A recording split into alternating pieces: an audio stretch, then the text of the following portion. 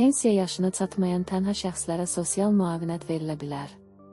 Pensiya yaşının azaldılmasını istəyən hər kəs bir nəfər kimi videonu bəyənib kanala abunə olsun ki, bu məsələnin həqiqətən vacib olduğunu nümayiş etdirək.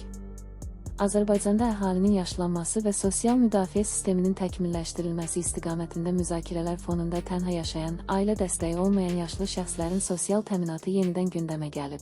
Xüsusilə əmək qabiliyyəti zəifləyən, lakin pensiya yaşına çatmadığı üçün müntəzəm gəlir əldə edə bilməyən insanların vəziyyəti erkən pensiya və ya əlavə sosial dəstək mexanizmlərinin tətbiqinin mümkünlüyü ilə bağlı sualları artırır.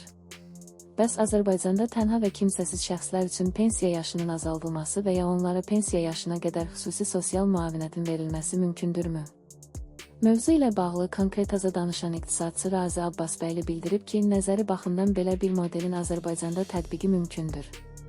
Bir sıra ölkələrdə əlilliyi olan şəxslər, ağır şəraitdə çalışanlar, uzun müddətli əmək stajına malik və xüsusi qayğıya ehtiyacı olan insanlar erkən pensiya hüququ əldə edirlər.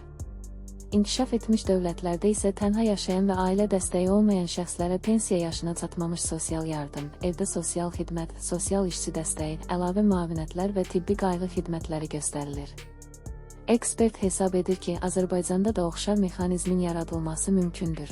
Onun fikrincə, xüsusilə 65 yaşdan aşağı olsa da əmək qabiliyyətini itirmiş, tək yaşayan, ailə üzvlərindən maddi və ya fiziki dəstək almayan, gündəlik xərclərini qarşılamaqda çətinlik çəkən şəxslərə xüsusi dəstək göstərilməlidir.